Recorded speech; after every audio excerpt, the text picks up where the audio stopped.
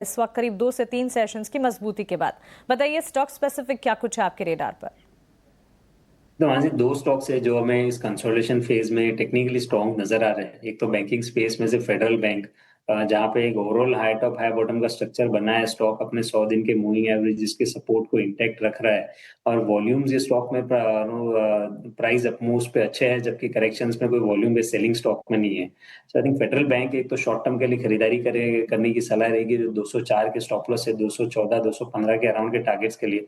और defence theme हमें लग रहा है कि अभी भी ब्रॉडर ट्रेंड काफी स्ट्रांग है डिफेंस थीम में। पिछले 2 महीने 2 ढाई महीने में हमने डिफेंस स्पेस में जो तेजी देखी है वो काफी सिग्निफिकेंट हाई वॉल्यूम्स के साथ में हुए थे। और अब जो पिछले 1 डेढ़ हफ्ते में ब्रीदर आया है, वहां पे कोई भी हमने मेजर ब्रेकडाउन्स नहीं देखे। इनफैक्ट काफी सारे स्टॉक्स में देखेंगे, जैसे बीएल है, बीडीएल है, के जो 20 डेज के एक्सपोनेंशियल मूविंग एवरेजेस है वो एक अच्छे सपोर्ट बन रहे हैं। तो मुझे लग रहा है कि डिफेंस एज अ थीम आप ऐसे मार्केट में भी प्ले आउट हो सकती है। जो BDL Bharat dynamics risk reward ratio perspective से अभी भी अच्छा है, कि जहाँ पे लास्ट 1 डेढ़ हफ्ते में कुछ डिप अपने सपोर्ट के आसपास क्रिएट कर रहा है। तो करंट लेवल्स पे बीडीएल एक स्टॉक रहेगा जहां पे खरीदारी की सलाह है 1815 के स्टॉप लॉस के साथ। 2050 के अराउंड के टारगेट्स इसमें एक्सपेक्ट किए जा सकते हैं।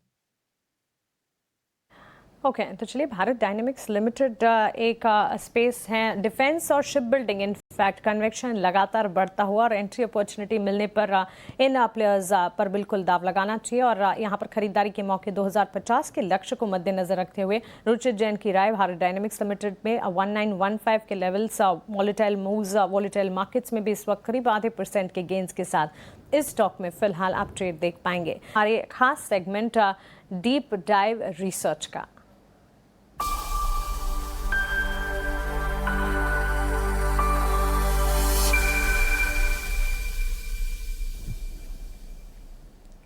तो डीप डाइव रिसर्च में आज हमारे फोकस पर है रियल एस्टेट सेक्टर की दिग्गज कंपनी गोदरेज प्रॉपर्टीज। इस शेयर में क्या खास है, इस पर एक बेहद खास रिसर्च लेकर ईटी नाउ स्वदेशी रिसर्च हेड अभिषेक गावशिंदे हमारे साथ जुड़ गए। अभिषेक, बताएं ये कंपनी आपके रेडार पर क्यों है और फ्यूचर के लिए आपके ट्रिगर्स यहाँ पर क्या हैं गोदरेज प्रॉपर्टीज के लिए? जी मानसी, अगर बात करें गोदरेज प्रॉपर्टीज़ की, तो पिछले दिनों जो है इससे जुड़ी हुई जो पूना में जो कंपनी ने लैंड एक्विजिशन किया था और साथ ही साथ बेंगलोर में जो है लैंड पार्सल डेवलपमेंट की जो खबरें आई थी, और साथ ही साथ जो है ब्याज दरों की गिरावट के साथ जो है रियल एस्टेट सेक्टर जो है इन्वेस्टर्स के रडार पे आया था, इस लिहाज से हमने जो है गोदरेज प्रॉपर्टीज़ को आज डिस्कशन के लिए चुना है। गोदरेज प्रॉपर्टीज़ की बात करें तो हम बिल्कुल जानते हैं कि ये कंपनी जो है प्रीमियम रियल एस्टेट के प्रीमियम सेगमेंट को कैटर करती है और कंपनी का बहुत बड़ा रेवेन्यू का बहुत बड़ा हिस्सा जो है मुंबई और दिल्ली मार्केट से आता है।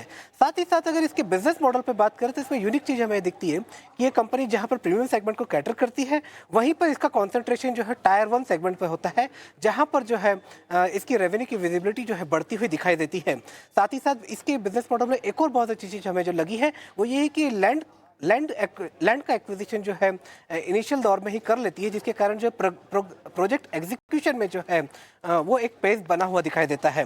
अगर बात करें तो ओवरऑल रियल एस्टेट सेगमेंट में हमें जो है एक ऐसा प्लेयर दिखा है जो कंसिस्टेंटली जो है परफॉर्म करता हुआ देखा गया है। अगर आप बात करें बुकिंग्स की, तो वहाँ पर भी जो है करीब करीब पिछले 8 सालों में अच्छी खासी बढ़ोतरी देखने को मिली है। इस समय भी देखें तो बुकिंग्स पे करीब करीब 40% CAGR की ग्रोथ देखने मिली है। इकोनॉमिक इंटरेस्ट कंपनी का जो है लगातार बढ़ते हुए देखने को मिला है और कलेक्शंस में भी जो है लगातार एक तरह की 35% की CAGR के हिसाब से जो है बढ़त देखने को मिल रही है। अगर चार्ट पर जिस तरीके से आप देख रहे हैं कि इकोनॉमिक इंटरेस्ट जहां पर FY 18 या 19 के आसपास 40% पास था, वो इस समय 90% से ज़्यादा बढ़ रहा है। तो ये बता रहा है कि जिस प्रोजेक्ट्स में कंपनी इन्वॉल्व हो रही है वहाँ से उसका रेवेन्यू की हिस्सेदारी जो है लगातार बढ़ती जा रही है।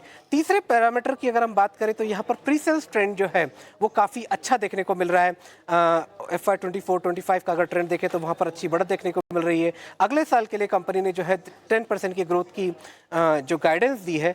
और इसी दौर में जो है एक 5वां ट्रिगर इसमें हम बता दें कि जो प्री सेल्स ट्रेंड जो है जिसके लिए कंपनी ने पिछले सालों में जो गाइडेंस दिया था उसको लगातार सरपास किया है। तो अगर इन पांचों ट्रेंड्स के बारे में अगर हम बात करें, इसके प्रोजेक्ट एग्जीक्यूशन और ग्रोथ पैरामीटर्स के कंसिस्टेंसी को अगर हम बात करें और उस लिहाज से अगर हम देखें कि FY26 को लेकर जो कंपनी ने गाइडेंस दिया है, जहां पर प्री सेल्स में 10% की ग्रोथ की बात की है, तो एक विश्वास बनता है कि कंपनी ने जिस तरीके से पास्ट ईयर्स में अपने प्रॉमिस को पूरा किया है तो वो आगे आने वाले दिनों में भी पूरा कर सकता है। और उसके बाद वैल्यूएशन पर अगर हम नज़र दौड़ाएं तो वैल्यूएशन भी इसका प्री सेल्स गाइडेंस FY26 का है, उसको लेकर अगर हम ईवी के साथ इसका EV to pre sales guidance का रेशियो अगर देखें तो उस लिहाज से भी जो है ये स्टॉक हमें रिजनेबल लगता है। तो इन समरी ये एक ऐसा कंपनी है जिसने लगातार एक कंसिस्टेंट परफॉर्मर के रूप में उभरता हुआ दिखाई दिया है। दूसरी बात, अपना जो इसने प्रॉमिस किया है उसको डिलीवर किया है। 3, 4, 5 पैरामीटर्स जो रियल एस्टेट सेगमेंट में देखने को मिलते हैं वहाँ पर ये एक कंसिस्टेंटली इसने जो है इम्प्रूवमेंट को शो किया है और वैल्यूएशंस जो है रिजनेबल है। इन सभी चीज़ को मिलाएं और साथ में हम देखें कि जिस तरीके से ब्याज दरों में गिरावट आई है जिसका लाभ जो है रियल एस्टेट सेगमेंट को मिलेगा, तो हो सकता है आने वाले दिनों में ये स्टॉक जो है वैल्यू कंपाउंडर के रूप में उभर कर सामने आए। अभिषेक, बहुत शुक्रिया आपका हमारे साथ जुड़ने के लिए और ये डीप डाइव रिसर्च हमें बताने के लिए। रियल एस्टेट सेक्टर में कई सारे फंडामेंटल्स भी हैं और टेक्निकल्स भी हैं जो कि इस सेक्टर को काफ़ी हद तक तेज़ी प्रदान कर रहे हैं। गोदरेज